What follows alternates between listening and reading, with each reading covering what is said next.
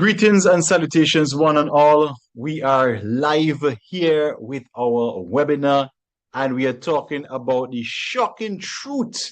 High blood pressure isn't the real problem. So, listen, we're going to be jumping in some things tonight. We're going to be jumping in some things this evening. And I want you guys to take notes because there's a lot of information. Now, what I also want at the end of this, if you guys stick around to the end, I'm going to give you a handout on reversing the high blood pressure all through natural means. So it's really a pleasure being here teaching this topic this evening. And again, this topic is coming to you on behalf of the Evesham SDA Health Ministries Department. So wherever you're joining us from, also we have FITMA on board that will be bringing this webinar over to you. So make sure and get your pen, get your paper, and get yourselves ready to learn some important and powerful stuff.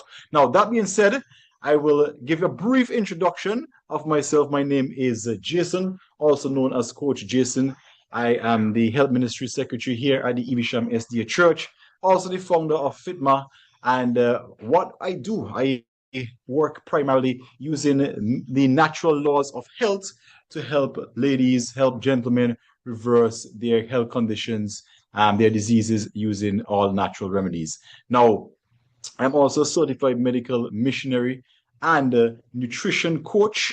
And putting all of these methods together, we have been working as a team to reverse conditions here in the Caribbean. So that's a little bit about me. My background is actually as an airline pilot, but I've since retired from that and I'm doing the medical missionary and fitness and health work moving forward. So let us jump right into this webinar. But before that, let us bow our heads for a word of prayer. Bow your heads with me. Dear Father in heaven, we want to thank you, Lord, for the opportunity to work here, Lord, with the health ministry and share this webinar, Lord. We know because of all of the different sins and diseases that we are not experiencing the best of health. So as we go into this presentation tonight, we ask so that you may open our minds. We ask for the Holy Spirit to be our guide and to be our teacher. These are the things we pray. In Jesus' name, amen. Amen. All right. So what I'm going to be doing before I actually begin, I want you guys to let me know. I'm going to pull my phone up on one end so I can see you guys on the YouTube section there. And let me know where you guys are signing in from. Let me know where you guys are joining us from so I can give you guys a shout out. And then we're going to move right into this presentation. Now, there's a lot of stuff on here tonight. So go ahead and type it, in the comments below in YouTube. And let me see exactly where you guys are signing in from. And I'm going to make sure and give you guys a shout out. Like I said, stick around to the end because what we're going to be doing, we want to give you guys a handout so that you guys can actually, have this information, because one thing to teach it here, it's a next thing when you need it to be able to find it. So I'm going to switch over to my screen now. So I'm going to come off camera. I'm going to switch over to my screen now. And I am going to bring the presentation up. So let's go ahead and make that switch over. And you guys will be seeing the screen coming up momentarily. There it is. We are ready to go. Now, we've got to make this clear. This webinar is for educational purposes only and is not intended to replace the medical advice. Please consult your healthcare provider before making any changes to your health routine. Right. So I teach primarily from 4 sources. The first one, of course, is the Bible. The second one is the inspired writings. The third one is good science. And the fourth one is experience. Now, there is some background information, and this is one of the texts that I really like. Whenever I do a presentation, I always like to start with this text. And that text is taken from Exodus chapter 15 and verse 26. Exodus chapter 15, verse 26. And it says, "And the Lord said, if thou wilt diligently hearken unto the voice of the Lord thy God, and will do that which is right in his sight, and will give ear to his commandments, and keep all his statutes, I will put none of these diseases upon thee, which I have brought upon the Egyptians, for I am the Lord that healeth thee." I want you to burn that text in your memory. In fact, take a note of it, write it down, and go back to it, because you will see as we unfold, as we unpack this webinar tonight, that this text will prove to be one of those true texts. Now, Proverbs 26, verse 2, part B says, the curse causeless shall not come. The curse causeless shall not come. And one of my favorite books, Ministry of Healing, page 127, says that disease never comes without a cause. What never comes without a cause? That's right. Disease never comes without a cause. Now, what we're going to be doing here, guys, we're going to be setting this thing up. We're going to be having some working definition. We're going to lay the foundation. So that as we dive into this thing, as we unpack this thing, you're going to see how all of this is going to come together. And once you learn the formula, you know, like when you're doing your maths, when you did your maths for CXC, once you know the formula, it doesn't matter what problem they place before you. As long as you apply that formula, you will always get the solution. So that's what we are doing here. We're laying the formula. We are laying the foundation. We're laying the groundwork. And once we understand this, we just put this over whatever our disease is, whether it is hypertension like we'll be looking at this evening, diabetes, fibroids, whatever it is. You lay this over it, and you're going to get a working place. So it's going to be fun. Listen, I'm excited about this thing. And I see the folks are jumping on the YouTube. We see St. Vincent in the house. We see Trinidad in the house. And we got a lot of countries. If you're just jumping on, go ahead and punch in the YouTube, right in the comments below where you're coming in from. Now, we're going to start with this working definition. And this is something I want you to take your phone right now. Do me a favor. Take your phone and take a screenshot of it. Now, if you're watching this on the webinar, you'll have to come back and do this. But this is really going to help you to decode any disease that you would experience or a family member would experience. Now, I want you to read this with me. After the count of 3, 2, 3, it says, disease is an effort of nature to free the system from conditions that result from the violation of the laws of health. Now, I'm going to highlight some words. I'm going to read it again. If you missed it the first time, let's go ahead and read it again. It says that what disease, pause there, pay attention to this. Now, this is defining what disease is. It says that disease is an effort of nature to do what? To free the system. Now, what are we freeing the system from? We are freeing the system from conditions that result from the violation of the laws of health. Lovely. Now, you got that. We're going to read it again, this time with emphasis, and we're really going to understand, we're going to embody what we're about to read. After the count of 3, 2, 3, let's go. It says, disease is an effort of nature to free the system from conditions that result from the violation of the laws of health. Now we have a formula. We now need to understand what are these things that we are violating? What are these laws of health? And here they are, the same book, Ministry of Healing, page 127. It tells us they are pure air, sunlight, abstemiousness. Another word for abstemiousness is temperance, rest, exercise, proper diet, the use of water, trust in divine power. These are the true remedies. Now, when I teach these webinars live, I would normally call some folks up in front to demonstrate this whole philosophy. But I'm going to do it virtually today. And I want you to look at the screen. And you're going to see 5 persons lined up. On the far right, well, at least my far right, we're going to bring this thing that we call disease. We already know from the definition what disease is. So we're going to set this thing up, and you're going to see how this thing comes together. Now, this chart is something that we'll refer to as we go through this training. So I want you to burn this image in your head. If you want to make a little scrap of it, if you want to draw it, if you want to take a snapshot, please do that. So on the far right, it says that disease, that is that guy on the far right. Now, according to the definition we just read, let's back it up a bit. It says that this disease is what? An effort of nature to, what's the next highlighted word there? Say it with me. Free the system. Okay. So now we have disease, and that disease came because the system was freeing itself. Now the question must be asked, what is the system freeing itself from?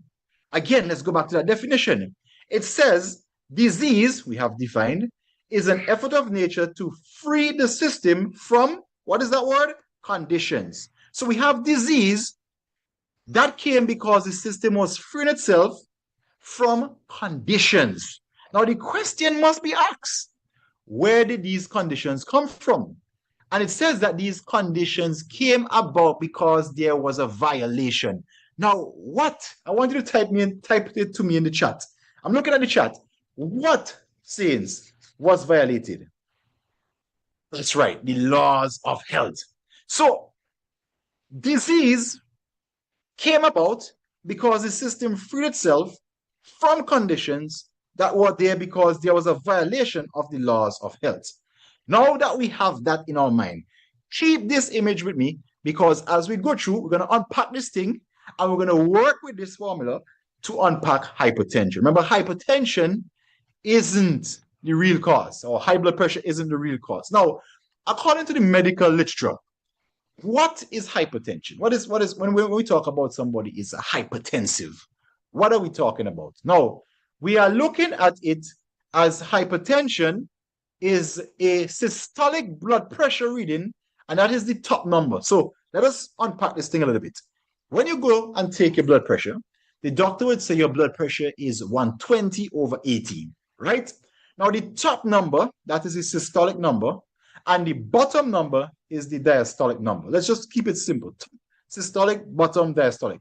Now, anytime that top number is over 130 and that bottom number is over 80, then you are considered a hypertensive. Now, there's an important word that is highlighted there. There's an important word. It says it has to be consistently. Now, why consistently? Because if you were to exert any sort of physical activity, for example, if you're running, I know I have some fit mars in here who exercise every day of the week. When you exercise, your blood pressure would obviously go above 130. But that would be a transient period. After you finish exercising, it will come back down. We are talking about throughout the day, whether you're at rest or you're in movement, your blood pressure is consistently over 130/80. Then you will be considered hypertensive. Now, just like everything else, hypertension has different degrees, varying degrees. And the normal is 120 and anything less than 80. So 120/70, 120/79, 110/80, anything like that. That is what we'll consider a normal blood pressure. Now, elevated is anything from 120 to 129, the top number, and the bottom number still 80 or less, right? So that's what we'll call an elevated blood pressure. Now, when you get diagnosed as a hypertensive is when, as we mentioned, consistently, the top numbers are 130 to 139 and the bottom number is 80 to 89. Now, just like varying degrees, this is what you will call stage 1 hypertension, right? So if every time you take a blood pressure, you're seeing 130 to 139 above or 80 to 89 below, then you can be considered as someone who has stage 1 hypertension. Now, what is stage 2? Stage 2 is where the top number is 140 or higher and the bottom number is 90 or higher. And stage 3 is where the top number is higher than 180 and the bottom number is higher than 120. Now, listen, let me put this in here. Let me stick this. Let me insert this. If you ever take your blood pressure or take the blood pressure of a loved one and their top number is over 180 and their bottom number is over 120, head to the emergency immediately. Don't wait, don't delay. Head to the emergency immediately because that is what we would call something of a serious nature. So you want to make sure and get down there. All right. Now, this hypertension, let's see if it's really a problem or if it's just an isolated thing in our neck of the woods. Now, I want you to read this with me. Right? Look at the screen. I want you to read this with me. It says that hypertensive, now this is somebody whose top number is consistently over 130 and bottom number is consistently over 80. Let's make sure we got that right. Yes, consistently over 80. It says that these persons are, pay attention to this, 3 times more likely to have a heart attack, 5 times more likely to develop heart failure, and 8 times more likely to suffer a stroke than somebody with a normal blood pressure reading. It also, talking about a hypertensive now, or hypertension, raises your risk for diabetes, eye problems, and kidney disease. Now, I want you to watch this. If you or somebody you know is diagnosed with hypertension, 3 times more likely to have a heart attack. And I'm going to come to some numbers because I want you to see that this heart attack thing is really a serious issue. 5 times more likely to suffer with a heart failure and 8 times more likely to suffer with a stroke than persons with normal blood pressure. Now, according to the stats worldwide, approximately 1.3 billion adults have hypertension. That's a lot. That is a lot. Hypertension contributes to 10.8 million deaths per year. So we are beginning to see that this is not just a little blood pressure problem. This is a major issue that in some cases, or in a lot of cases, 10.8 of them are leading to fatalities. Now let's bring this thing home. In the Caribbean where we reside, hypertension affects between 16.6% and 30.2% of adults in the Caribbean. And this one is what I found interesting. When I was actually doing the research for this presentation, I found that Dominica, that nature island Dominica, reported the highest prevalence of high blood pressure at a whopping 47.7%. That is almost half of the population. The question must be asked, why? And this is something I will put in my to-do list for this year to discover what it is in Dominica that is causing the blood pressure to be so high. Now, does this only affect adults? No, no, sir. Children, watch this now. Children are also being affected. 1 in 7 children in the US have elevated blood pressure. Now, this is highlighting the importance of early intervention. Now, 1 in 7 children. And a couple of weeks ago, I was doing a presentation on obesity in childhood.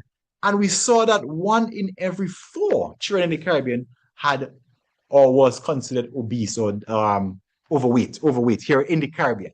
So you will see that there's a creeping correlation between being overweight and an elevated blood pressure. Now, let's bring this thing even further. So we're going to be looking at the causes of death. Now, I want you to stick this in your mind. Remember that we said they are 3 times more likely to suffer from a heart attack, 5 times more likely to suffer from a heart failure, and 8 times more likely to suffer from a stroke. Now, watch what the data says. In the US, I know we have a lot of persons on this call from the US. The top cause of death, and this was in 2021, the top cause of death in the females was ischemic heart disease. Okay, look at that. The second cause was Alzheimer's, third, COVID, fourth, stroke, fifth, chronic obstructive pulmonary disease, and then sixth was trachea, bronchus, lung cancers. Now, look at this.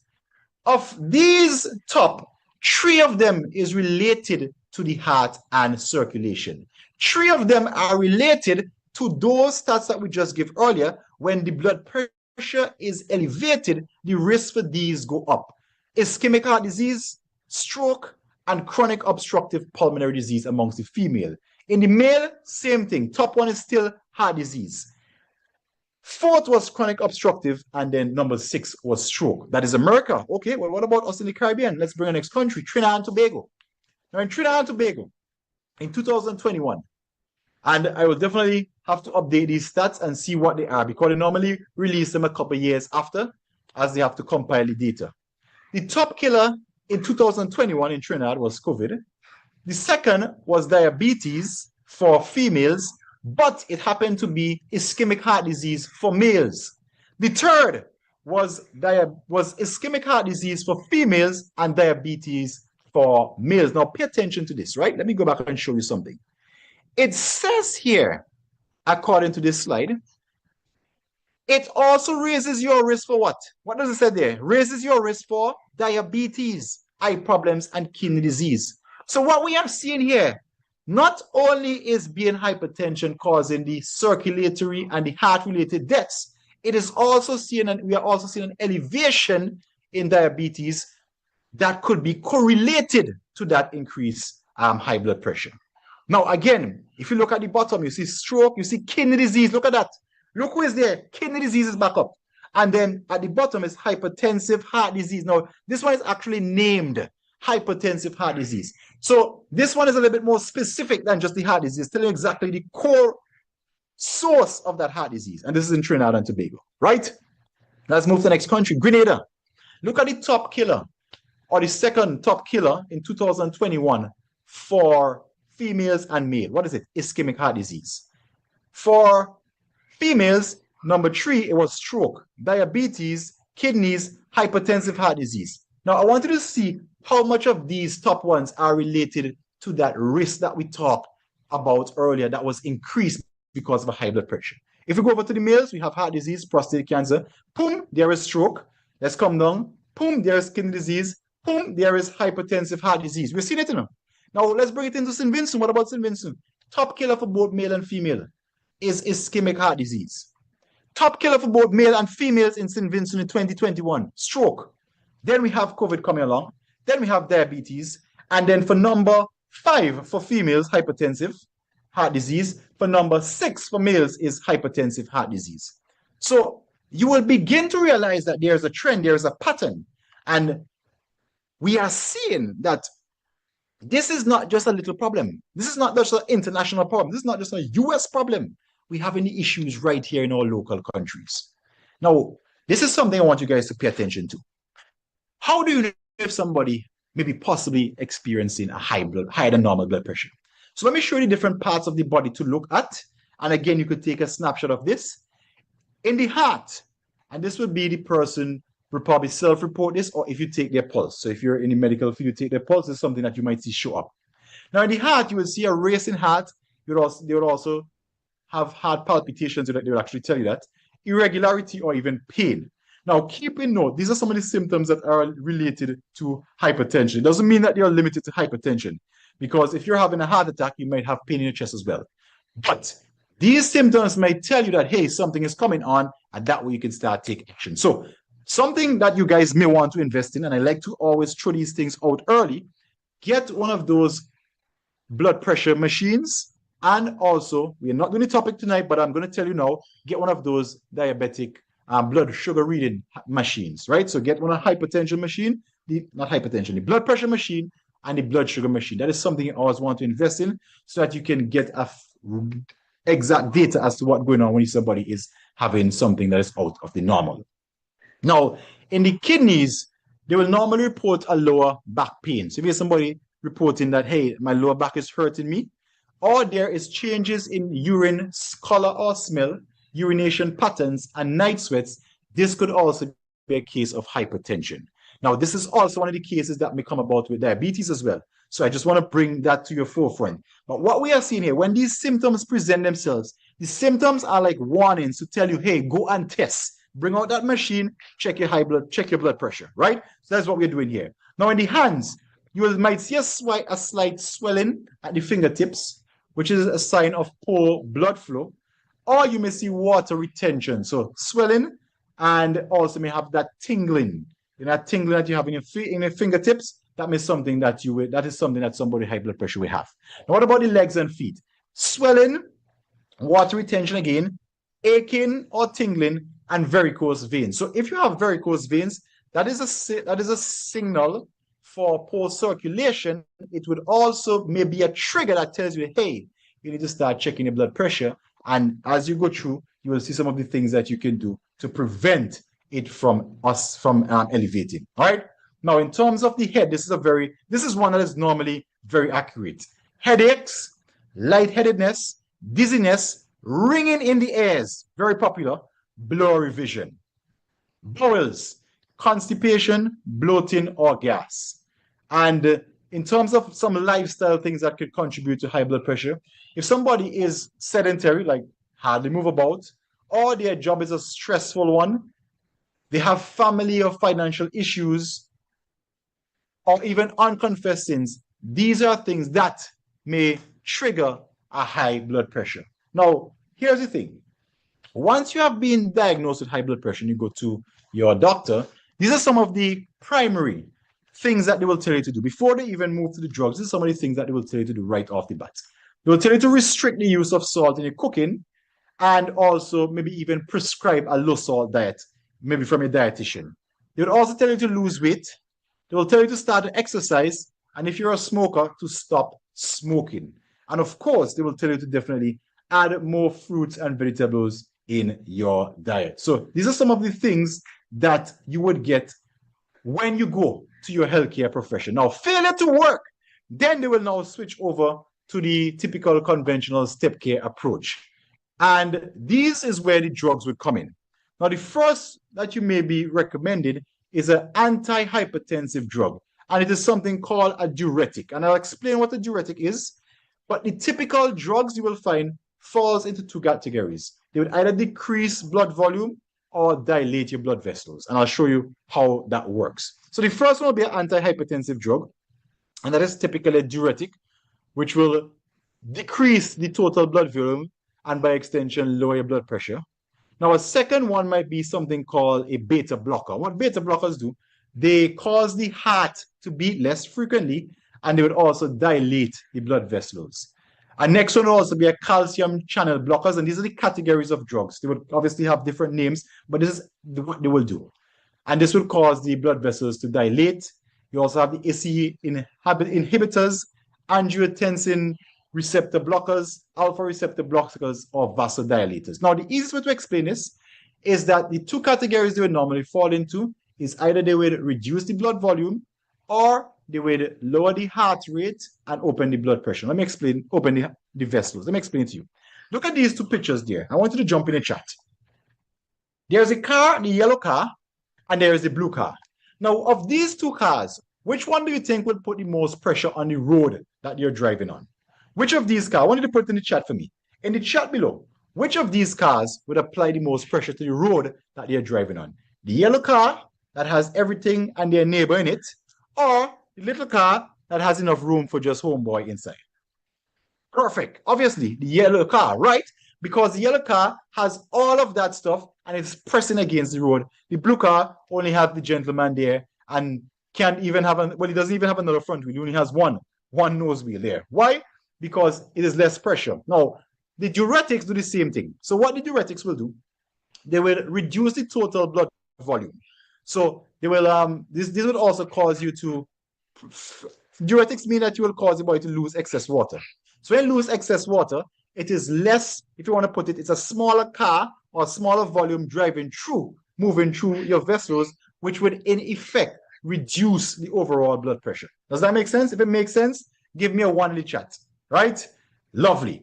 Now, that is what a diuretic would do. So it would reduce the total blood volume, which means less blood is going through the vessels, which means there is less weight, less pressure on the arteries and veins, right? So if that makes sense, give me a 1 in the chat. Now, the second one is the inhibitors and the beta blockers. Now, the first thing it will do is reduce your heart rate. Obviously, if your heart rate is pumping less, then the pressure would reduce. Like if you turn up the pump or turn on the pump. Now, the second one is they would open the blood vessels. Now, let me show you something. Of these two hoses, which of these hoses would the water go a further distance? Which one will shoot out the water with more pressure? The blue hose, where the guy squeezes the tip, or the other one where he takes his finger off the tip and allow it to just roll out? Which of these would create more pressure at the nozzle? You type your answers in the chat.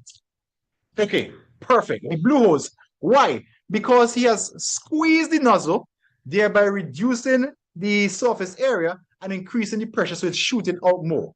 If he takes his finger off, like in the yellow hose, the pressure drops. So what the beta blockers do, they do the exact same thing, and they cause the blood vessels to open up, which will give the same effect as if you take your finger off the hose, and it will cause the blood pressure to drop, right?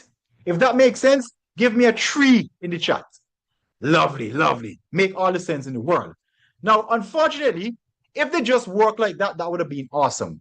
But drugs also comes with side effects. So if they just did what we just earlier described, that would have been excellent. However, we have some side effect issues that we have to deal with.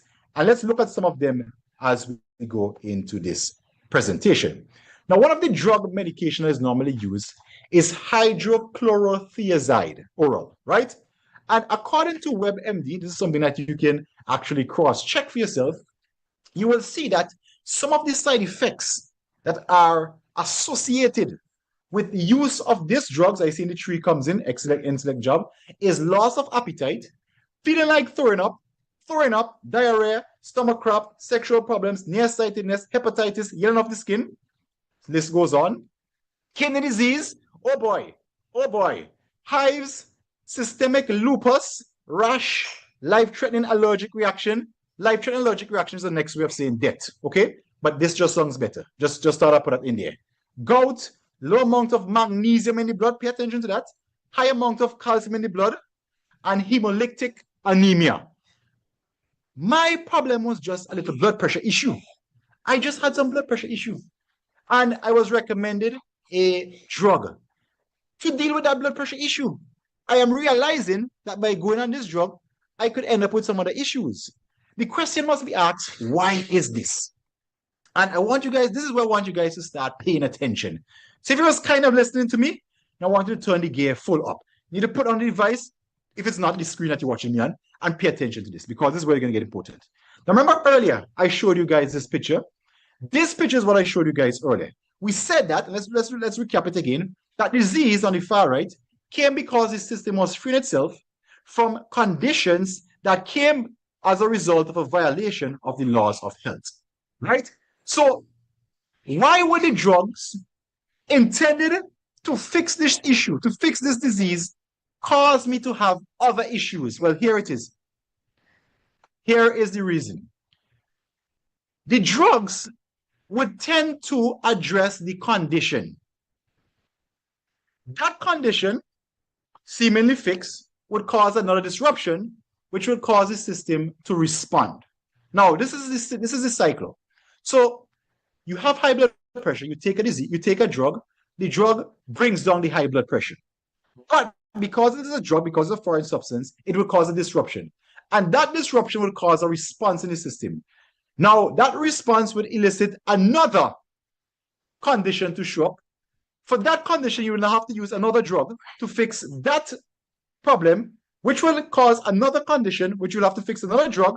And if you look at the chart here, you see disruption, response, disruption, response, disruption, response. So you started with the treatment for one issue, just a simple high blood pressure. But because that drug is now causing all of these other issues, causing all of these other conditions to manifest themselves, you now end up with drugs for multiple things. Does that make sense? If it makes sense, type in the chat, say, Coach, it makes all the sense in the world. Right. So this is why when you start treating one problem, you end up with other issues, because drugs doesn't just go in and treat that problem you went for.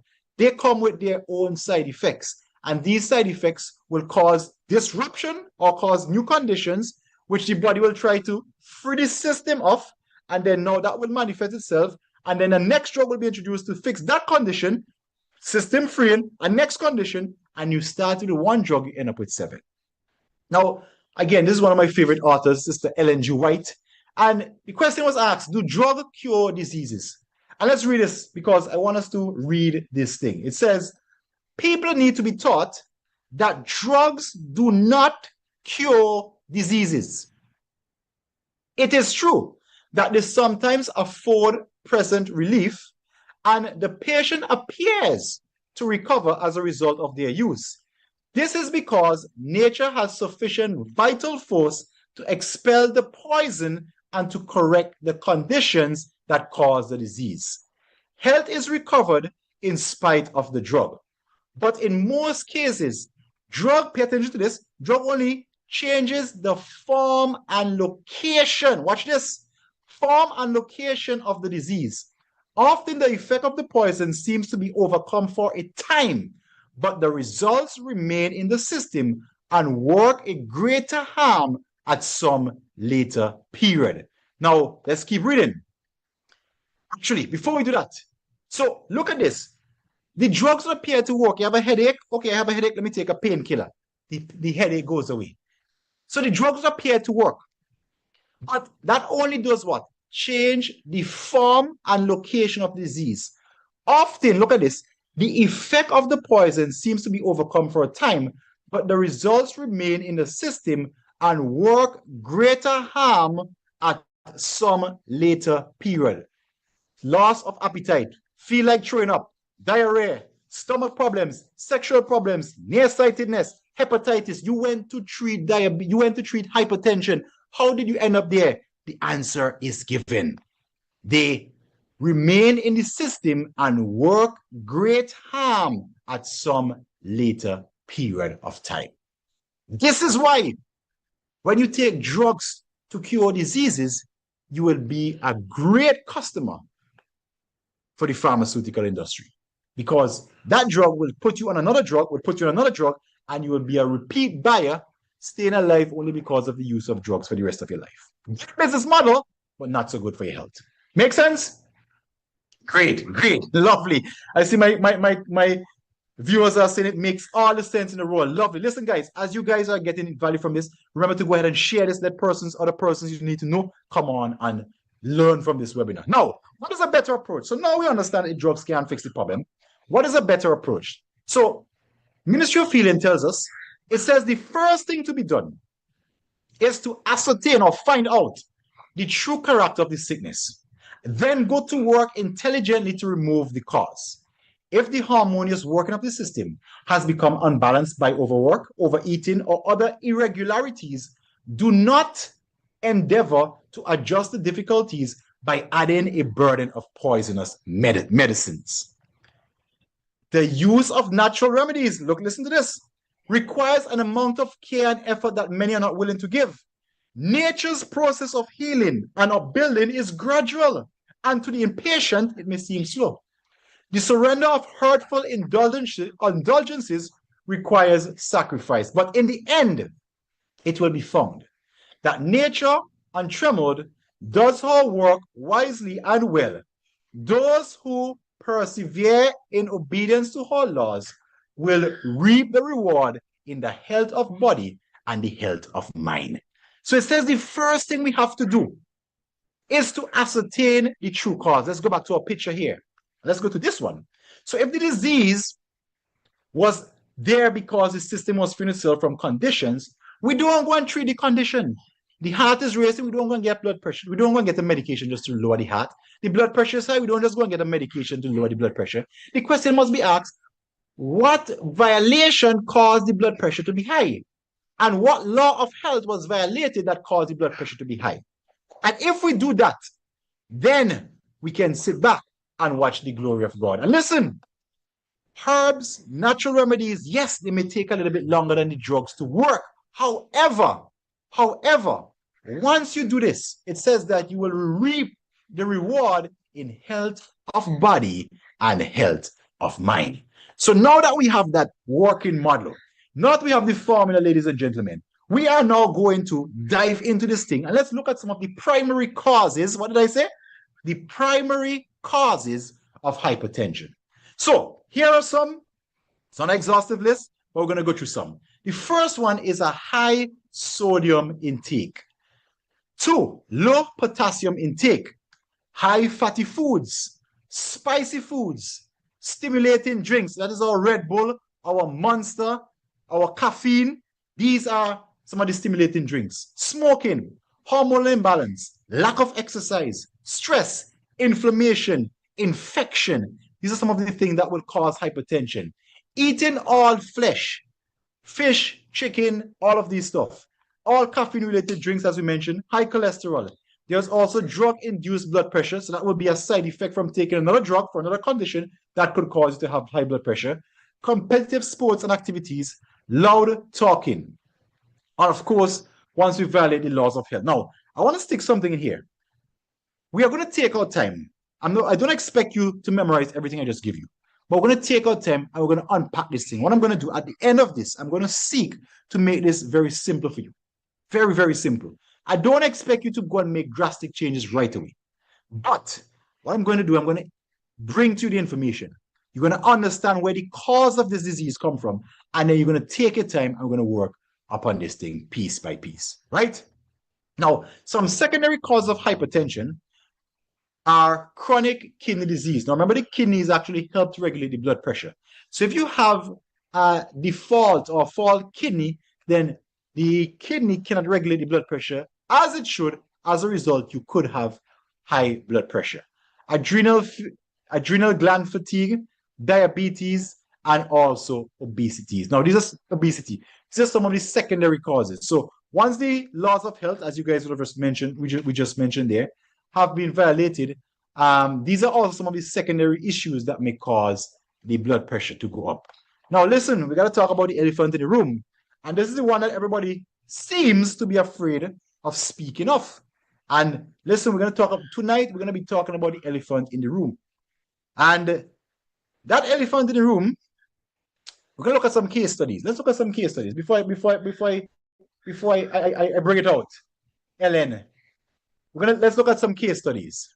Now, on January 11th, the vaccination center in Lausanne, a city of 140,000 inhabitants in Western Switzerland, started the coronavirus disease 2019 vaccination with the mRNA-based vaccines. As of February the 9th, 13,296 vaccine doses were administered, with 12,349 patients receiving their first dose, and that's the different vaccines, and 947 receiving their second dose. Now, we report a case series of 9 patients with stage 3, not stage 1, not stage 2, stage 3. What is stage 3? 180 or higher for the top number. And what the bottom number is, let's pull up the screen here, let's pull up the slide here. The bottom number is 120 or higher. Now look at this. This is during the first 30 days of taking the COVID-19 vaccine. They went from 0 stage, no hypertension, to stage, not stage 1, not stage 2, but stage 3. We're going to look at the elephant in the room. Nobody wants to talk about this. Don't worry, coach will talk about it tonight. The mRNA vaccines have received intense scrutiny for immediate hypersensitivity reactions in the wake of an initial report signaling 21 cases of anaphylaxis. Right? Now, let's keep it going. It says here that venous thrombosis have been linked to several COVID-19 vaccines, but there is limited information on the Moderna vaccine effect on the risk of arterial thrombosis. Here we describe a case of a postmodern COVID-19 vaccination arterial infarct with the vaccine-associated diffuse cortical edema that was complicated by refractory intracranial hypertension. Don't worry about all of the medical terms. We'll break it down. Now here's the case. 24 hours after receiving, this is a case of a young lady. 24 hours after receiving her first dose of the Moderna COVID-19 vaccine, a 30-year-old female developed severe headaches. 3 weeks later, she was admitted with a subacute headache and confusion. Imaging initially showed scattered cortical thrombosis with an elevated opening pressure on the lumbar puncture. Let's keep it going. An external ventricular drain was placed, but she continued to have elevated intracranial pressure. Ultimately, let me just open this a bit here so you guys can see the full screen. Ultimately, she was required a hemicraniectomy, but intratable cerebral edema resulted in her death. Pathology was consistent with thrombosis and associated inflammatory response. Now we're looking at this thing piece by piece. Here's the next case study. MC Katia was COVID-19 vaccinated with 1 dose of the Johnson & Johnson.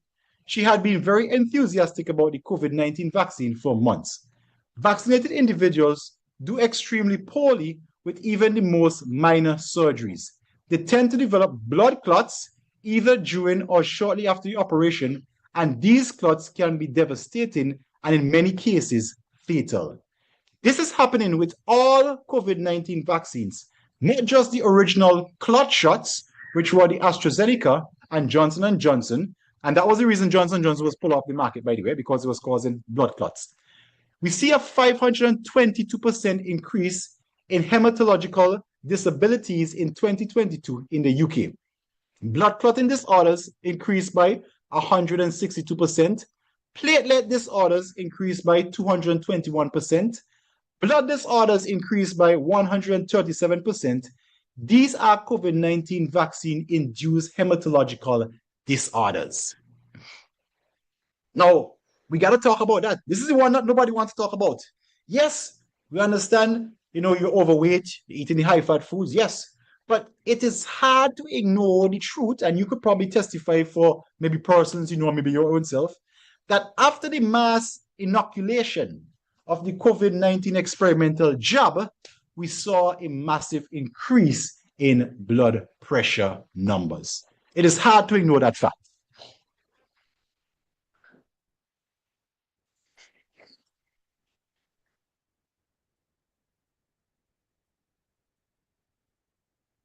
So I want you guys to let this soak in a little bit. Why?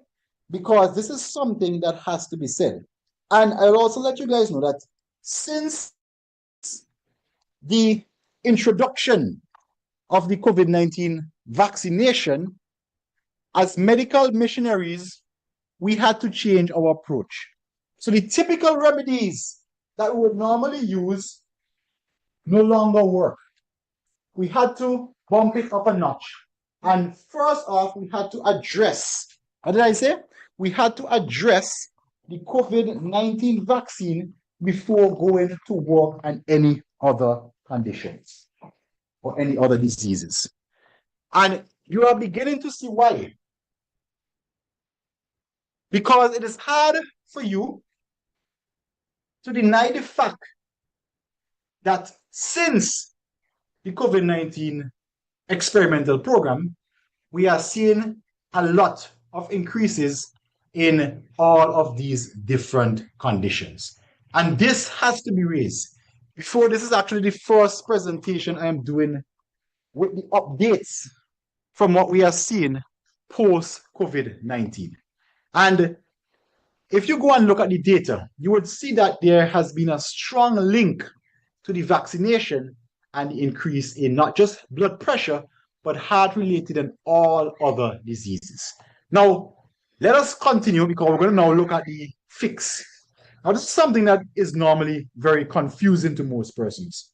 When you have high blood pressure, should you avoid salt altogether? Well, let's break this thing down.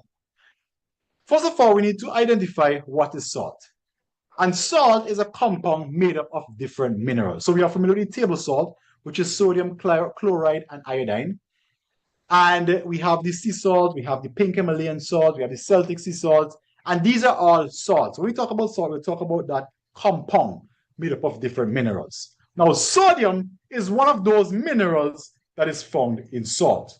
However, when it comes to salt, the best type of salt that you should be using for diabetics is the pink or black Himalayan sea salt, or even the Union sea salt, Celtic sea salt, any of those natural salts. Why? Because they have a lot more minerals in them that would actually complement your blood pressure and would actually help. It is also necessary because it also provides some key electrolytes, right? So that is just something I want to point out there. The table salt, yes, of course, you want to avoid it. The best salt you should use if you have high blood pressure is any sort of natural salt. The pink Himalayan, the black Himalayan, the sea salt. For those instruments, the Union sea salt, that is the best salt for you to use. Of course, you still have to use it judiciously, which means you just have to use, you don't want to use it, overdo it, but it is not something you want to cut out, because if you cut it out altogether, you'll be losing those electrolytes, you'll be losing those minerals, and your problem could actually be aggravated. Now, one of those trace minerals is something we call potassium, and it is necessary for the heart, the kidneys, and other organs to function normally. If you remember, when we look at one of the side effects for one of the drugs that we mentioned, hydrochloride, it actually causes potassium levels to drop, right? Which would, again, aggravate the problem. And here are some of the natural sources of potassium. Blackstrap molasses, soybeans, potatoes, bananas, nuts, avocado, coconut water, watermelon, and also kale. Now we're going to do a little exercise. We've been listening for a bit. Let's do a little exercise, right? So get ready with me. We're going to do this exercise. I want you to look at the picture on the screen. Look at this picture on the screen. And you, after listening to this webinar, went to your bathroom. And this is what you saw. You saw the floor flooded. Water is coming out from under the bathroom door. You with me now? And when you open the door and you looked inside, you looked and you saw that the sink was overflowing. Walking closer to the sink, you discovered that there was a blockage in the sink hole. The tap was on full blast and you were having this issue. So now, let us do a little activity. I want you to give me the sequence of events. How are you going to fix that? Which one are you going to do first? Which one are you going to do second? Which one are you going to do third? Here are the options. Mop the floor, turn off the top, unplug the sink. I don't have any background music for us to play while we wait, but this is going to be a little activity this evening. So let's go ahead. Type it in the chat. Think about your answers first. Which one are you going to do first? You walked inside.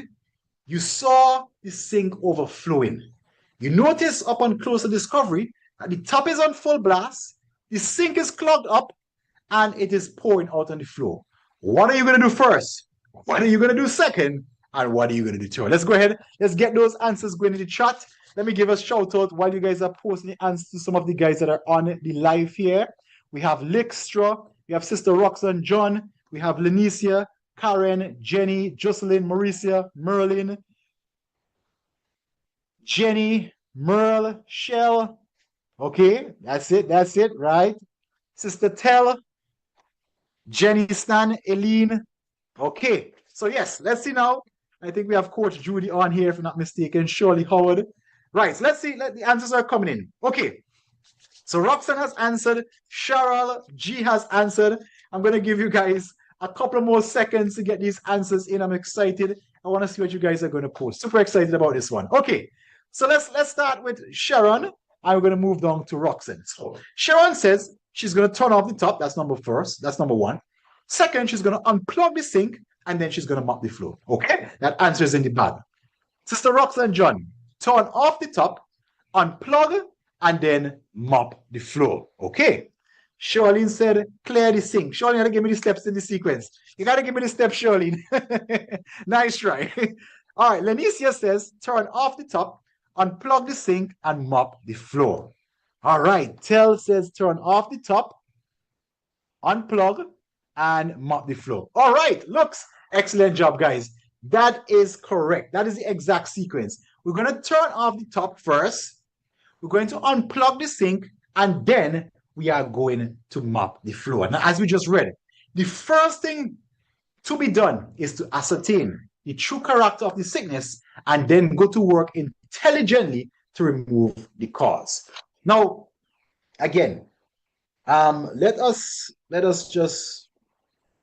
me just do that. Right. So let us just look at some information here, right? And again, remember, guys, we're learning this thing together. We're taking our time. My goal here is to teach you, right? We're going to take our time. We're going to learn this thing together, and there's no judgments, okay? No judgments, right? So let's look at flesh and hypertension. And you know, you always hear this come up a lot, but it's never explained why. So let me explain it to you. Typically speaking, in most flesh products, animal products, especially after preparation, it is loaded with high sodium. And we know that sodium, high sodium, is a trigger for high blood pressure. No, high sodium, not high salt, right? High sodium. Also for aged meats, and just point to note, most of the food, most of the meats that you eat are aged meats. Why? Because we hardly kill the food and then go right ahead and cook it. So it is on the shelf for maybe a week, 2 weeks, 3 weeks, 4 weeks. It's frozen. You don't know how long. And once you have aged meats, you have something called hypoxanthine that is found in aged meats. The older the meat, the higher the level of hypoxanthine. Additionally, cholesterol is in the meat. Now, what cholesterol does, especially bad cholesterol, cholesterol causes inflammation in blood vessels to go up, which clogs the arteries. Let me show you, let me ask you guys something, right? Let me ask you guys something. Where do you think that most of the cholesterol in your body comes from? Where does most of the cholesterol, let me come off screen for a little bit. Let me look into the camera. Where does most of the cholesterol in your body come from? Go ahead and drop your answers in the chat below. Where does most of your cholesterol in the body come from? Make a guess. Let me see if anybody's going to get it. Let's see. Come on, jump in the chat. Where does the majority of the cholesterol in your body come from? All right, I see the answer. That is correct. It comes from the liver. So majority of the cholesterol comes from your liver, which means that if you have high cholesterol, then the only other place that you can get it from that will tip the scale will be something outside of your body. So let's bring it into layman terms. In layman terms, your body makes majority of the cholesterol that is present in your blood.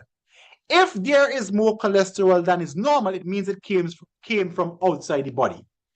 We did say that the liver, let me see if I could I want to look into the camera a bit. Right. We did say that the liver is responsible for making most of the cholesterol. Right. We're building. So it means that if we eat anything that has a liver, we are ingesting additional cholesterol. Make sense? So if your cholesterol is high and most of that cholesterol is made in your liver, the only other thing that you could turn off, because you can't turn off your liver, is all of the other livers or liver containing foods that you're ingesting. So if it has a liver, then it will be making cholesterol. The only addition to this is mushrooms. So if you eat mushrooms as part of your diet, not medicinally, if you eat mushrooms as part of your diet, mushroom can also raise your cholesterol. Make sense? So the simple fix is that turn off all the liver except yours that are in your diet, and that will fix your cholesterol issues. Now, if that thing makes sense, let me know in the chat. Say, Coach, the thing make all the sense in the world. Right? Let's go back to the screen now. Right. So we're there. We see here that cholesterol causes inflammation to go up in the blood vessels, which clogs the arteries. When the arteries are clogged, like the pipe we saw, the pressure goes up. Now, that is the link between meat. So meat does three things. Meat is high in sodium. Let's say it is sodium-free for the purpose of this exercise. So if it is sodium-free, then it is high in hypoxanthine, which comes from aged meat, and it is high in cholesterol, which that meat has a liver. So if we're going to turn off the top, the first thing we want to turn off is the thing that is putting the most amount of water in the sink, in this case, the pipe, which is dumping most amount of water in your body, or the most amount of high blood pressure contribution will be eliminating all animal and its byproducts. This will take a process. I don't expect you to go tomorrow and become a vegetarian. If the Lord so inspire you, please don't let me stop you. But I'm giving you the steps, so now you're setting it up. Like when you're doing your exams, teachers will give you the steps. But we take our time and we go through the year and we learn all these steps. When the exam time comes, then we know putting what we learn. So it's not something I expect you to go and do immediately. But I am planting the seed so that you know the system, you know the steps to take. So they eliminate all animal and its byproducts.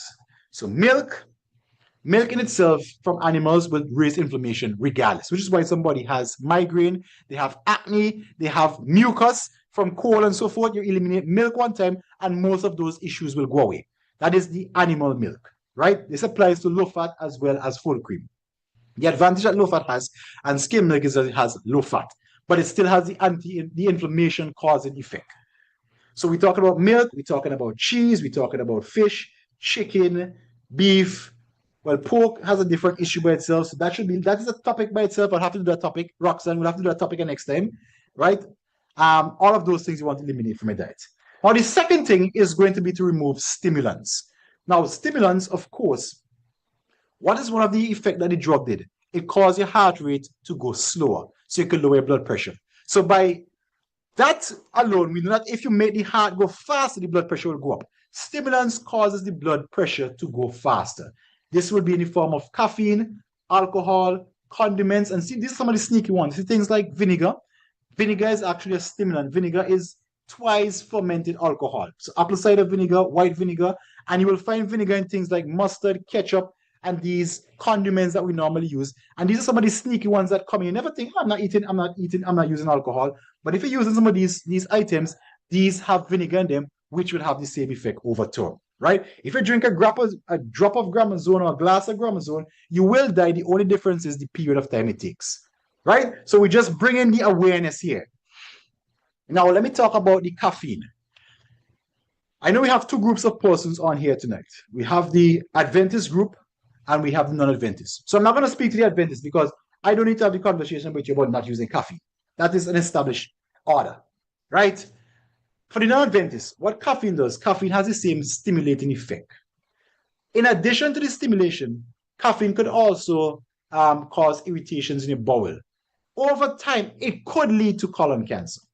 So that is why we don't use caffeine. And that is just, let me just insert that in there. Again, I'll probably do a whole breakdown on this, but I'll just insert in here. What are some of the sources of caffeine? Let me see, Village Ram, Roxanne. We have the Red Bull. We have the Rockstar. We have the Monster and all of these energy drinks. For those of you in the gym, some of these pre-workouts and fat burners tend to have caffeine in them. And next thing you look out for, especially for those of you who go to the gym, is something called Uhimbi. It's normally found in fat burners and pre-workouts. That would also raise your blood pressure. And next thing you want to avoid is these preparation methods. Deep frying and barbecuing. Deep frying changes the entire composition of the meal, and it will actually cause your cholesterol levels to go up, which we know what cholesterol does. Barbecuing will cause charring. The charring is a carcinogenic, is a cancer causer, and it will also cause inflammation in your body to go up. So if you notice, we are trying to attack this from 2 points. Turn off the triggers and lower inflammation, right? So we're still looking at turning off the diet. Again, we have looked at the spices, hot sauces, we've looked at the stimulants. Now let's look at tyramine. And this is one of those hidden stimulants. Now listen, guys, the first time I watched this, I was blown away. Now tyramine is what we call a hidden stimulant. And this will blow your away too, right? The body actually produces tyramine naturally. Just like cholesterol, the body produces it naturally. However, when it is elevated, when there's more than the body needs, then it will cause your blood pressure to elevate. So when you have an excess in tyramine, just look at tyramine as a hidden stimulant. Just like I just showed you how alcohol could be in your vinegar, could be in your salad dressing, could be in your mustard, could be in your ketchup. This is what tyramine is. It is one of those sneaky ones. Whenever there is more, it means that it's coming through your diet. Now, where does it come from? Aged, fermented, spoiled. So if something is aged, if something is fermented, if something is spoiled, then tyramine will be found in them, in addition to what your body is producing. Now, let's break this down, Sister Tell, into some real-life examples. Julian, what are some of the aged foods? We looked at the meats already. Those are some aged foods. Now let's look at some of the fermented foods. Some of the fermented foods would be things like, as we mentioned, the apple cider vinegar. That would be one of them. Vinegar in general, which is used as the base for salad dressing, ketchups, and so forth. And then here's the natural ones. How much of us ever heard about things like sauerkraut? Sauerkraut, tempeh. Now, tempeh is a soy-based food, but it is a fermented one. So even though it is good, because it is fermented, you will then have an increased level of tyramine. And what I want to show you guys, that even the good foods, listen, you got to remember, the Bible says that we wrestle not against, Sharon, good to see you, we wrestle not against flesh and blood, but against principalities and powers, against spiritual wickedness in high places. The devil knows that some of us, he can't get us to cause or to perform the big sins. He can't get us to eat off the plan. But he could sneak things into our diet that are seemingly good that would cause our bodies to be disrupted. And if your body is the temple of the Lord and he could disrupt the body, it means that he could disrupt the worship place or the meeting place for the Lord, and then the Holy Spirit cannot work on you fully. So I want you to start looking at this from a spiritual warfare. This is not Coach Jason telling you not to eat this and not to eat that. No. Coach Jason is bringing awareness to show you the avenues in which the devil will use to attack your body. If he attacks your body, he by a sense attacks your mind and also attacks your spirit. And then you cannot be 100% ready and usable in the Lord's service. This is why I want you to look at it, because as the Spirit revealed that to me, I realized that it's not so much about restriction of what you can't and can't do. It is about preparing yourself for full use. Make sense? Excellent, excellent. So some of the other sources now, let's look at the next one. Spoiled, and this is the one that really got me. Because all of these that I'm going to give you are good things. Overripe avocados, overripe bananas, overripe breadfruit. All these are good food now. But once they overripe, the tyramine goes up. The tyramine goes up, your blood pressure goes up. Your blood pressure goes up, you have some issues. And I used to let me look for a name here. Valerie. Sister Val, good to have you.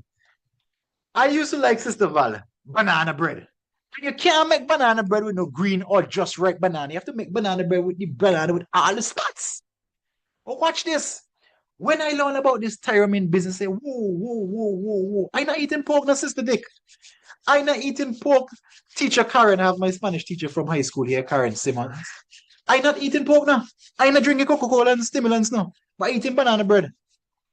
And I realized that, hey, even there, I have to watch myself, because the banana, the older the better for the banana bread, it is causing the increased levels of tyramine. And this is another one. Christmas coming up. Black cake. Oh gosh. And I wasn't going to go there, but I saw the fermented and it came to my mind. Lystra. It came to my mind. The black cake. No, you can't eat. They say when you bake it, the alcohol goes off. No. A little poison and a gallon of poison does the same thing as a matter of time. Right? So let me just put that in there. So you want to avoid, getting back to the topic, spoil food. You want to avoid spoiled food. So once you see these little spots, when you see it start to get like this, discard it. And don't cut it out and use the rest, because the same thing will be transferred. So you want to eat these things when they, coming into the right phase, but you want to avoid like some of these foods, right? And here's a step, goes a step further. When you combine this with drug medication, even some good herbs, you have some serious issues. Julian, Cheryl, when you have excess tyramine, whether it came from the aged, fermented, or spoiled foods, and then you are taking medications for antidepressant, or you're using herbs like passion flower, nutmeg, turmeric, as we call saffron, kava, celery, when you combine these things, what you end up with is serious crisis organ damage, central nervous system, heart, kidney, cerebral hemorrhage, or in other words, bleeding. So when these two things combine with some of these drugs or herbs, you could end up with some serious issues. The Bible says, I wish above all things that you prosper and be in good health. This is what these webinars are for. Listen, the first time I learned these things, I was blown away, maybe like some of you are. Sister Roxanne and myself, we did this course together. I know some of the medical missionaries are on here. When I learned this thing for the first time, I was blown away now. I was saying, what? And I thought I was Mr. Healthy. And when I watch this thing, boy, I come last. As my friend Nicole in Grenada says, I come last. And so I had to make changes. And listen, I'm not there yet, but I am a work in progress, right? So just wanna bring that out there. Coach is not perfect, but coach is working. Now let's read on. It says nicely prepared vegetables and fruits in their season will be beneficial if they are of the best quality, not showing the slightest sign of decay, but are sound and unaffected by disease or decay. More, not some, more die by eating decayed fruit and decayed vegetables, which ferment in the stomach and result in blood poisoning than we have idea of. Roxanne said she didn't even place. Roxanne, girl, I feel worse. I think I still below you. Sister Roxy from Evesham Church. Right? And listen, guys, let me tell you something, right? This is something I want to insert here. It's not in my slide. But you see these books, Ministry of Healing, Counsels on Diets and Food, and the entire Sister Ellen G. White health books. If you could get a physical copy of those books, I would strongly recommend you do that. Why? Because there may be a time when the digital copies will be taken away. Who knows? But keep that physical copy in your hand and read a page a day. If you want to start with one, get that book, Ministry of Healing. You could find it in any of the Adventist bookstore, IADPA. Find it in any bookstore. Tell them Coach Jason send you for that book. Ministry of Healing. Read that book from page to page. One page per day, that's your challenge. And your mind will be open. You will see so much information that you never know. But once you know and start to practice, you will see a massive transformation in your life. Right? Now, let's get down to the fun stuff. We're on the home stretch now. We're on the home stretch. I was hoping to take an hour, but that didn't work out. Lovely. So, these are the foods you want to increase. Why you want to increase these foods? Because these foods are natural diuretics. Remember we said that the drug medication were acting as diuretics, which they will throw off the excess water, excess volume, so that the pressure will drop. Well, these are some natural ones that you can do that the Creator God has already given us, so we do not need to use the drugs. Water, of course, you want to start your day with half a lemon, and if you have the concentrate, it's going to be 2 tablespoons of lemon juice concentrate to an 8-ounce glass of warm water. If you have the lemon, half to a whole lemon to 1 cup of water in the morning. That's warm water. Start every day off like that. You will give your kidney a jump start. You will give your liver a jump start, and it will even help to start melting away some fat. That is something you could do for the rest of your life. And when you do that, Sister Roxanne, drink it through a straw so you protect the enamel of your teeth. Now, fresh fruits and vegetables. Melon, guava, coconut, mangoes, papaya, tomatoes, pineapples, grapes, grapefruit. Let's pull the handbrakes up here. Gotta pull the handbrakes up, Sherian, in Anguilla. We gotta bring the handbrakes up. Grapefruit is a really good food. Listen, grapefruit will make you lose weight like what? However, what did I say? However, if you're on blood pressure medication, do not use grapefruit. Grapefruit causes the blood pressure medication to stay in the system a lot longer, and it also causes the blood pressure medication to intensify. So if you're on blood pressure medication, Haley, good to see you, do not use grapefruit. However, if you're not on those, listen, get grapefruit. Drink a grapefruit or suck a grapefruit first thing in the morning, you will lose weight like what? Okay? So just something there to put. Cabbage, carrots. Carrots actually have 8 compounds that lower blood pressure. So something you want to add. Beets, asparagus, celery, cauliflower, broccoli has 6 compounds to lower blood pressure. Eggplant, legumes, garlic, onion, nuts and grains. As we mentioned, pink Himalayan sea salt with iodine and trace minerals. So those are some of the foods you want to increase. That is turn off the tap. Now we're going to unplug the sink. Now we got the hard stuff out. Let's go to unplugging the sink. So we're going to look at the laws of health, and I'm going to go through them one by one. We're going to go fast now. So let's go to God remedies. Pure air. Now, deep breathing, this is something you want to do. Let me tell you a quick story about this. I was in Point 41 doing health checks at the Verity bookstore. And if you're in Point 14, that's a very good bookstore. You could pop by. It's almost like the Adventist bookstore, and it has health foods there. I was there once doing health checks, and a client walked in, and she had elevated blood pressure. When we took her blood pressure was high.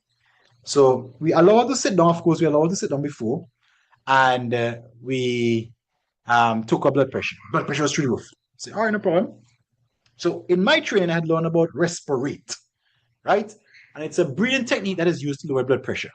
So I put this on a chair and I had her respirate. And in the respirate process, what I did, I said, sit, inhale, hold your breath for 10 seconds, exhale slowly, hold your breath for 10, hold that out for 10 seconds, inhale, hold for 10 seconds, exhale, no breathing for 10 seconds, and repeat that 10 times. At the end, her blood pressure came down. That was all we did. And that was my first live example of the power of respirate. Now, when you exercise, you will automatically improve your breathing, which would, in addition to the other benefits of exercise, help you to lower your blood pressure. So when you wake up in the morning, this is something you want to do. And I'm going to start with the easiest one. I'm not telling you to take no herbs. I'm not telling you to do nothing crazy. The first and easiest one you could do when you wake up in the morning, open your window, provide you live in a nice, sog-free environment, and inhale. Just take a few deep breaths. Inhale, hold your breath for 5 or 10 seconds. Release slowly. Stop breathing for 5 or 10 seconds. Inhale, hold your breath for 5 or 10 seconds. Release slowly. And repeat that cycle for 10 times. And you will sit back and watch the glory of God. Now, the next one is sunlight. This is what sunlight does, right? Sunlight produces something called nitric oxide. I want you to pay attention to this, nitric oxide. Now, what nitric oxide does, Nitric oxide is like the hose that I showed you earlier, taking your finger off the tip. So it causes your blood vessels to open up and it causes your blood pressure to drop. So when you spend time in the sunlight, your body will naturally produce these blood dropping nitric oxide, which would help you. Now, in the Caribbean, the sun produces something called UVB rays. UVB rays is where you get the maximum vitamin D3. And these rays are typically highest between the hours of 9 a.m. to 3 p.m. Now, here's the question. Where are most of us at 9 a.m. to 3 p.m.? Most of us are inside, whether it is in the office, the classroom, or even at home. So we don't get that sunlight. And I'll give you some alternatives to this, but I'm going to give you these laws first. Now, I want to bring something clear. You would notice that I started this with the laws of health. And the reason I do this, when persons come to me, they say, Coach Jason, I have high blood pressure, for example. What herb should I use to take high blood pressure? To lower my high blood pressure? Well, let me show you something, right? And this applies to herbs that it does to drugs. According to this chart, it says that this disease came about because a condition appeared from a violation. So if I fix the laws of health, I would fix everything else thereafter. Where in this chart does it say herbs? Where in this chart does it say the blood pressure is high because you lack in herbs? Nowhere on this chart. So I would always give you the natural laws of health because that is the true cause. The herbs will come in after we have established this base, we have stopped violating laws of health, then we use the herbs to mop up the flow, which you will see I come to shortly. So you are not hypertensive, you do not have high cholesterol, your blood sugar is not out of control because you're lacking any herbs. Your blood sugar is out of control because you're violating the laws. So let's fix the laws and then we'll work the herbs after. Make sense? If you think makes sense, put in the chat, say, Coach, thing make all the sense in the world. Lovely. Now we're looking at abstemiousness or temperance. Abstemiousness or temperance. So abstemiousness is simply use judiciously that which is good for you and abstain from that which is harmful. So the things that are good for you, use only enough of it. And the things that are harmful, not a little bit for the stomach's sake, abstain. Don't use it at all. Examples could be overworking, overeating, those sort of stuff. And some ways that can help you is that you can learn to delegate, learn to say no, and planning ahead. This could help you from becoming intemperate. We're moving along. Sleep. Now, how is sleep helpful for the hypertensive person? It relaxes the body, thus lowering the blood pressure. Now, you want to go to bed before 10 p.m. Why?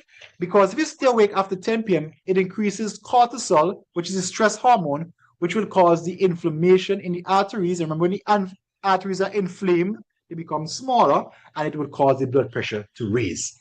Exercise. Now, if you have high blood pressure, one of the best form of exercise you can do is walking. And you want to look at about 60 minutes per day, 7 days a week, and that might be challenging. Here is the fix to that. I recently found this on Amazon. It is something called a walking pad. It's literally like a flat pad you could hold anywhere in your house. And it's about the size of a mat. And it's like a treadmill with just the flat pad. So that's something you can actually use. Get, I think it's like under 100 US. And you could walk on that. And that could make up a 60 minutes. So maybe you can't go outside because of security issues. But you could probably do 10 minutes in the morning, 30 minutes in the evening, or 30 minutes in the morning, 30 minutes in the evening. You have your hour per day and in a safe environment. So that's just something I thought I'd put in there. Now, if you look at running versus walking, walking actually lowers your blood pressure a lot faster than running. So according to this chart, reduce blood pressure, walking beat 7.2%. To reduce cholesterol, walking 7% versus 4.3% for running. For reducing diabetes, they're about closer to the same. And for reducing cardiovascular heart disease, walking outperform running. Now, the next one, the use of water. We're going fast now. We talk about the lemon water in the morning, and we're going to look at something called hydrotherapy. Now, this is something you might want to pay attention to. If you have high blood pressure, this is what we recommend, not for diabetics. If you have diabetes, don't use this one. If you don't, you're going to do something called hydrotherapy. You're going to submerge your feet in some warm water, and you might need somebody to help you with this, and then gradually increase the heat. So you'll put your foot in the warm water, keep the kettle close by, and have that person, or if you can do it yourself, gradually increase the heat for 20 minutes. And when you're doing this, place a towel around your upper body and you could place an ice cold rag on your head. This would actually help to lower your blood pressure by increasing circulation. Now, if you have a chronic case, like the lady who came into the office, you want to work above the heart. So when you do hydrotherapy, you want to stay above the heart. So this one now will take a bowl and we'll submerge both arms in the container, and you do the same thing. Gradually increase the heat, place a towel around your body, and do a cold rag on your head. Now, my goal was to have some live demonstrations of this for this training, but that didn't pan out. But I will try and do those live demonstrations maybe with my wife and post it up in the Evisham SDA chat and also in the Fitma group so you guys can see what it looks like, right? So I just thought I'll bring it here. Now, we have turned off the top, we have unplugged this thing, now we're going to mop it up. This is where the herbs come in. Now remember what I said earlier. Since COVID-19 come on the scene, the original methods don't work. So the first thing we have to do, and listen, this step number 1 here applies to every single disease I will teach from here until we finish these seminars. So the first thing you have to do, you have to detox your body of the spike protein. That's the first thing. If you're going to deal with high blood pressure, you must detox your body from the spike protein. Here's the formula. And there's something, let me put it here. It is 2 tablespoons of each herb, right? So you're going to make a tea that contains 2 tablespoons of burdock root, milk thistle, dandelion, cinchona bark, wormwood. Pause. Cinchona bark is the natural version of hydroxychloroquine. Wormwood is a natural version of ivermectin. Astragalus, or nettle, or corn silk, or parsley. Now, nettle is the stinging nettle we have in St. Vincent's. That is what we're talking about. Pine needle and licorice. Now, this is the tea you're going to make. How are you going to do it? You're going to fill a pot with 8 cups of water and bring it to a boil. And then you're going to add all of those ingredients in there and let it simmer for about 15 minutes. Turn off the heat, cover it, and let it draw out for 4 to 12 hours. Now, how I normally recommend you do this is that you do it in the evening, turn off the heat. Like when it's in the evening, I'm talking about like 7 to 8 o'clock. Turn off the heat and then let it draw out. Let it draw out for about, let it draw out overnight. All right? This is how we'll normally recommend that you do it. This is how we'll normally recommend that you do it. All right? So this is the spike protein detox. Now, for those of you who have already used the 14-day spike protein detox, it is actually the same thing. This is the exact same formula. So, you know, we have a spike protein detox. This is actually where this came from. So this is the first thing you do before you start any other thing. Now, once that is out of the way, and this is also included, you want to use the NAC and acetylcysteine. You're looking at about 2 cups, 1 to 2 cups in the morning, and then the nattokinase, 1 to 2 cups, 30 minutes before meal on an empty stomach. So you will take the nattokinase in the morning, that's the NSC, and you will take the NSC, you will take the NSC in the morning on an empty stomach, and you will take the nattokinase before lunch or before dinner. Right now, caution, if you're on blood thinners, do not use these. So you'll have to skip this. As I mentioned, both of these are part of the spike protein detox. So you could either get the herbs yourself, take a snapshot, I'll send it out to you guys after, or if you get the spike protein detox, it does the same thing. Okay, just start up, put it in there. Now, there are a list of other vitamins, but what I've found to be the easiest thing to do is just buying a whole food multivitamin. The 2 that we recommend is the Alive Max 3 or the Berry Treasure VM100, and just use that as directed by the bottle. Now, if you have someone or yourself got heart damage because of the COVID-19 vaccine, then this is something you need to add to it. So you'll need to get a magnesium complex. Guys, don't worry, right? I'm going to give you guys my email address if you don't have it already. And so we can send out this protocol for you after. Okay, so I'll put it out there. So don't worry if you're not able to make the notes, I'll send it out for you guys after. So this protocol needs to be followed for 2.5 months to 3 months for maximum heart repair. It includes magnesium complex, 2 capsules twice per day, CoQ10, 100 milligrams twice daily, hawthorn berry extract, and this is one of the powerful herbs that is used for anybody who even though anybody had a heart failure or heart attack, this is something you want to put them on. And the last one is vitamin D3 and K2. Remember we said that ideally you want to be in the sun from 9 to 3, but if that can't happen, that is where you'll bring the vitamin D3 and K2. The reason we have added K2, vitamin D3 helps calcium also to be absorbed in the body. However, with vitamin D3 alone, if there's too much calcium, the excess could be deposited in your arteries and cause a new problem where you have arterial calcium deposited in your arteries. So what K2 does, K2 forces the excess calcium back into the bones where it is used. So if it's not used here, it forces the excess calcium back into the bones. That's what we now use with K2, and that's about 10,000 daily. Now, there's some other teas that you could use. These are either or, right? So you could use linden tea. This is ounces, hibiscus or sorrel. And in England, they call our sorrel, we call sorrel in Simmons, so they call it hibiscus. Now, hibiscus could also work, and the hibiscus flower could also work, or the sorrel could work. So either or. 2 ounces of this, and bay leaf, soursop, or avocado. So if you're going to use bay leaf, soursop, or avocado, you're looking at about 7 of these. 7 bay leaf, or 7 soursop, or 7 avocado. Now, for those in Simmons, I know you have these things in abundance, especially if you're living in the most fertile valley in the Western Hemisphere, which is the Marico Valley. That is true, by the way. You can use these. The other one is 2 dried breadfruit leaves. So what I'm giving you guys here, these are options. So if you have linden, you use linden. If you have hibiscus, you use hibiscus. If you have sorrel, you use sorrel. If you have bay leaf, you use bay leaf, and you go down the list. Now, how you will do it, you will draw in 5 liters of hot water for 3 hours. Again, like I said, guys, just boil this just before you go to bed, turn off the heat, turn off the stove, and leave it to draw overnight. That's the easiest way, right?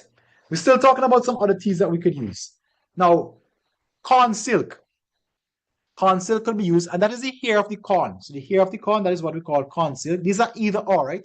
Corn silk, parsley, or overearthly.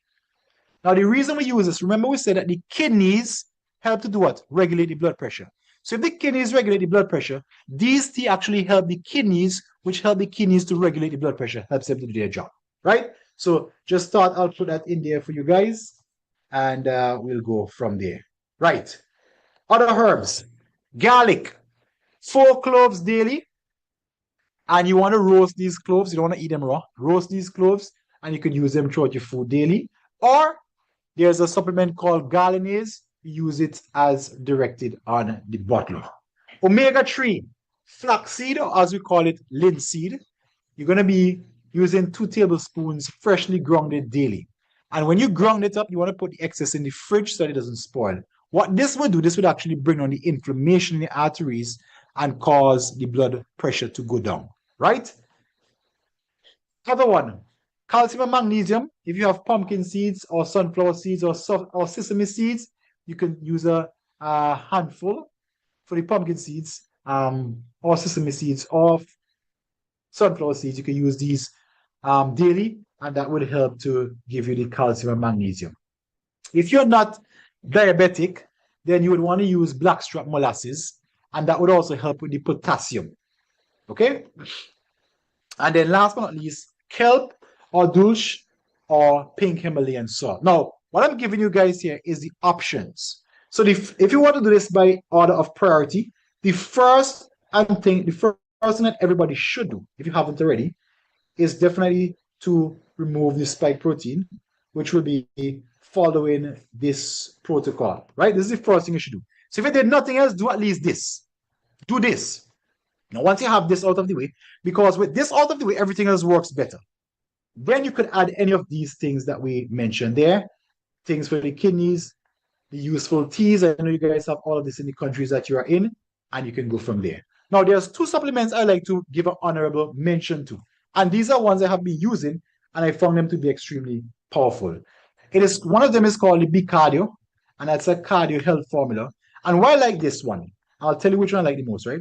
This one has a lot of the same things that we're mentioning here. So it has the beet extract, it has L-citrulline and L-arginine. Now remember we talk about nitric oxide that the sun produces that causes the blood vessels to open. So this one actually has the nitric oxide in there. It also has the hawthorn berry extract, which we talk about to repair the heart, and it has the CoQ10. And it comes in these simple packets. You just open them in your drink, and you drink them, and it gets the job done. Now, this one tastes really good, and general population, again, it's easy to take. My personal favorite one is this one. Why? Because we mentioned that you need to get your greens, you need to get your vegetables up, you need to get the nitric oxide up, and then you need to get vitamin D3 and K2. Pay attention to this. This one has potassium. Remember we talk about potassium. Healthy salts. This one has active greens. So it has the barley juice, it has the oat grass, it has the kamut juice, it has alfalfa. So you have very potent active greens. That's all your vegetables in one sachet. The nitric oxide in this one is over 4,585. Now pay attention to this. The Bicardio has 2,442 milligrams. However, the nitric oxide in the Cardio Health or the Epic Greens is twice that, 4,585. In addition to that, it has something called Shilajit. I'm sure you guys have been hearing about Shilajit. And it has also something with the, just like we have the sea salt, what they use something called Omni-AC, which is taken from the bed of a lake in Utah. So it's like the Dead Sea salt. So you have all of those minerals in there. In addition to that, it has vitamin C. It has vitamin D3 and K2. It has the vitamin B. It has magnesium, chromium, and chloride. So these are really the ones that this is the one I personally like the most, because to me, it's like you're buying one thing, but you're getting heart health, you're getting greens, you're getting nitric oxide, you're getting vitamin D3, you're getting multivitamins, and you're getting your sea salt. So this is the one I personally recommend. I find this works really good, especially if you have high blood pressure, not just high blood pressure. We had a client, a friend of mine was telling me about his wife. She uses this. She just had a baby, and she started using the Epic Greens and actually increased her not blood flow, her breast milk, right? So it has a bunch of other benefits outside of what we mentioned here, right? So thank you guys so much. I hope you guys have learned quite a lot tonight. I know we spent a little bit more time than I would have planned, so I probably need to plan for an hour and a half for these webinars. Or maybe we need to cut some things out. Sister Roxanne, we could talk about that after. Let me just take about 5 minutes Q&A. Just type your questions in the chat, and I'll see how much of these I can get through, and then we'll go from there. Now, while you guys are putting your questions together, we're going to be spending the whole of summer doing these webinars. So just stay tuned to the Evesham SDA Church, stay tuned to the FitMart community, and we're going to be doing a lot of these health webinars so that we can educate you, that we can equip you with the tools so that whatever happens in the future, you already know how to reverse diseases using the natural laws. So I'm going to give you guys like 2 minutes to jump into these questions, and then we will wrap up tonight's session. Again, thank you all for being here.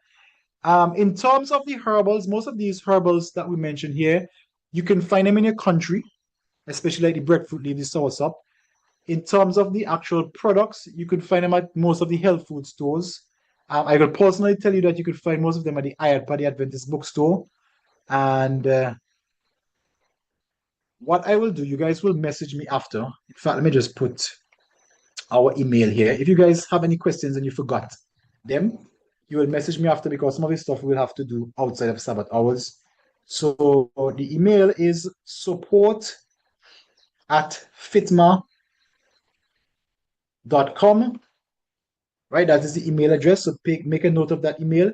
Message me. I will be sending you guys the handout here for what we just covered here tonight. So you guys will have it on hand so that you can, always refer back to this information. You could also, if you enjoyed this webinar, you have any questions, you could leave them on the Evesham SDA Facebook page or YouTube channel or the FitMa page, whichever one works for you, and we will definitely get back to you. Again, here's a question. How often should we use the supplements in the last 2 slides? So I'm assuming we're talking about these ones. So this is either or, right? So if you use this one, this is specifically for heart health. This one is for heart health and everything else. So both of them I think cost the same. So my personal preference would be use this one. But you could use this one. How often you use these? It would be 1 sachet per day. So they come in little sachets. You just open them, you pour it out in your water, mix it around, and drink it down. 1 per day, that will take care of the job, right? So just thought I would put that in there.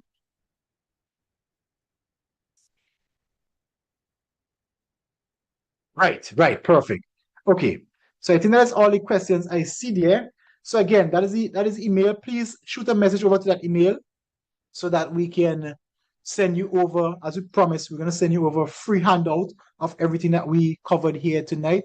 So shoot me a message at that email. If you have me on WhatsApp, if you have Evesham SDA Church on WhatsApp, you could shoot those messages over and ensure that we send you over that free handout. So again, on behalf of the Evesham SDA Church, on behalf of FITMA, we thank you guys so much for being here. Again, we'll be doing a lot of these We'll try to put it on all of the channels so you guys can get the maximum benefit and learn so much from it. Take care. Again, on behalf of the AY department of the Evesham SDA Church, we want to thank a lot Sister Renice Robertson for facilitating this meeting tonight. And I look forward to seeing you guys on our future trainings. Sister Renice, the AY department, the health department will tell you when these are, and so you can make a special effort to be here. Coach Jason, have yourselves a great evening. Happy Sabbath. Shoot me over that email so I can get you your free hand